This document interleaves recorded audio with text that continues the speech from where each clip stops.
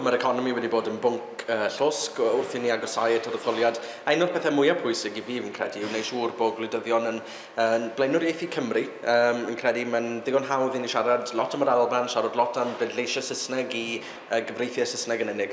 Ond mae eisiau bod ni'n siarad hefyd am Gymru a cofio bod eisiau ni cyllido Cymru'n iawn a sicrhau bod gan Gymru lais o fewn beth mae gwleidyddion yn licio galw'r teulu Prydeinig mawr yma. Beth sy'n bwysig yn enwedig yn economi, achos fyddai'n gallu weld pan dwi'n grad o prifysgol, fyddai'n gweld o'r effaith o'r dewis maen nhw'n wneud nawr, a hefyd faint o bŵer mae Cymru'n mynd i cael ar ôl yr etholiad.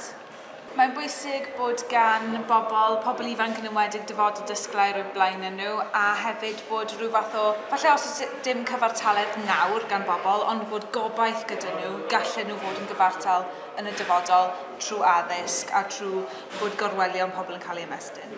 I fi, yr economi yma, yn enwedig y costau byw, ar fi'n ben i prifysgol nawr, a y pethau sy'n pwysig i fi yw, dwi'n mynd i cael swydd ar ôl benni, a hefyd costau byw. Hynny yw, ble fi'n mynd i byw, rhentu, a hefyd pethau fel chwyddiant hefyd. Mae addysg wrth gwrs yn bwysig iawn, ond mae iechyd pobl ifanc. Mae prifysgolion, mae pob math o bethau sy'n effeithio pobl ifanc, a fi mae angen i glywed wrth y gwleidyddion sut maen nhw'n mynd i helpu ni.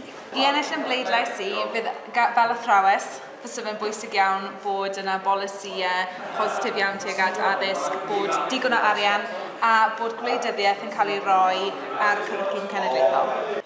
Be fydd yn ennill yn bleidlais i yw rhywun sy'n siarad yn onest, sy'n derbyn bod modd wneud addewidion, ond bod nhw'n mynd i gadw at yr addewidion hynny a bod nhw'n mynd i flaenoriaethu'r hyn sydd o ddiddordeb i fi.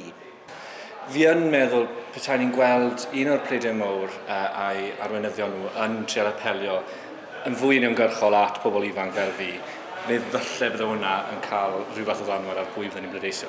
Be sy'n ennill fy pleidlais i yw pan maen nhw'n onest a dwi'n gallu ymcredu beth maen nhw'n ddweud. A hefyd, dwi'n credu dylen nhw fod yn dyn o bobl, ond hefyd dwi eisiau rhywun sy'n gallu arwain ni yn pethau fel yr EU a'r UN. I fi, fi'n credu bod personoliaeth gwleidydd yn bwysig iawn, ond hefyd mae rhaid i fi credu bod y gwleidydd yn mynd i gynrychioli pobl, yn mynd i gynrychioli pobl ifanc.